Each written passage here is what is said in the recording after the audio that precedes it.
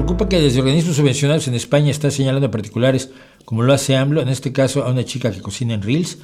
El problema es que si los organismos están subvencionados, eso se tiene que ver después.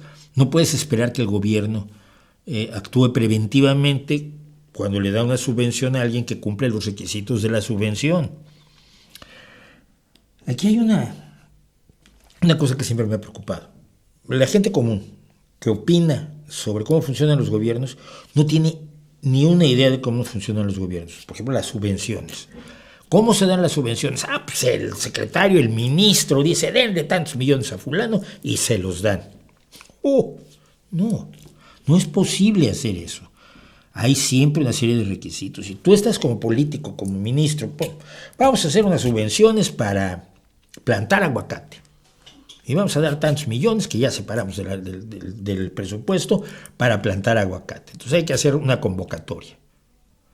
Ahí entran los técnicos del jurídico, los técnicos del agrícola, los técnicos de las ONGs mismas, a ver cómo haces la convocatoria para que se ajuste a un montón de leyes que hay para ese tipo de convocatorias. Y luego ellos también vigilan que los que se postulan para obtener esas subvenciones cumplan con los requisitos. Y una vez que han cumplido con los requisitos, no les das el dinero y salen corriendo y se van a su casa a comprarse un Ferrari. Cada determinado tiempo, generalmente cada 3 meses, tienen que presentar informes y documentos y facturas de que el dinero se ha estado usando en aquello para lo cual era la subvención, que se ha estado aplicando correctamente. Y si algunos se aplica incorrecto, tienen que devolver ese dinero. Si es un infierno burocrático, te dirá Milei, sí, pero garantiza el buen uso del dinero público.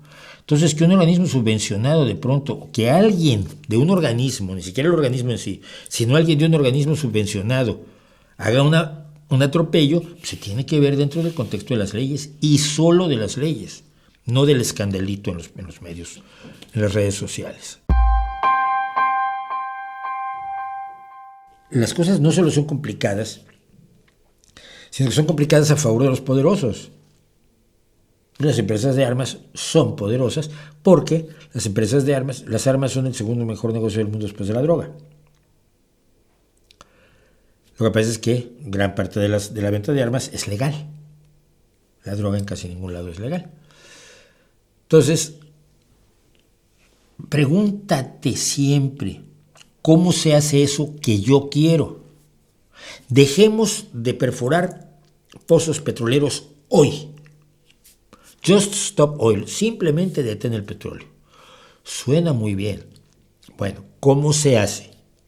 ¿Qué hay que hacer para que todas las empresas que perforan dejen de perforar? ¿Qué se hace con sus activos? ¿Qué se hace con sus trabajadores? ¿Qué se hace con sus planes? Etcétera, etcétera. Y luego, ¿cómo mueves las cosas? Las fábricas y los coches y los autobuses escolares y cómo le pones luz a las escuelitas y cómo le pones luz a los quirófanos donde andan los cirujanos operando gente y salvándole la vida, y las ambulancias que llevan a los heridos de aquí para allá, los bomberos que van a donde hay. ¿Cómo mueves todos esos vehículos?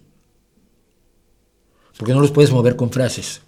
Entonces, aunque a largo plazo o a mediano plazo, el más cercano posible viable, se lucha porque se dejen de utilizar los combustibles fósiles, una frase como Just Stop Oil es una estupidez monumental. Porque suena extremadamente fácil. ¿Por qué no simplemente lo hacen? Esa es una pregunta que frecuentemente se hace de Greta Thunberg. Simplemente tendrían que hacerlo. Sí, pero es que no es tan fácil. Tú te imaginas un mundo donde alguien es rey. Y el mundo real no funciona así, ni siquiera donde hay tiranos de verdad. Entonces, pregúntense cómo se hacen las cosas, porque luego resulta que no eran tan sencillas y siempre hay a quien acusar de que no se estén haciendo las cosas en vez de entender la realidad. Pero solo entendiendo la realidad puedes poner en marcha los mecanismos necesarios para que tu ideal se haga realidad.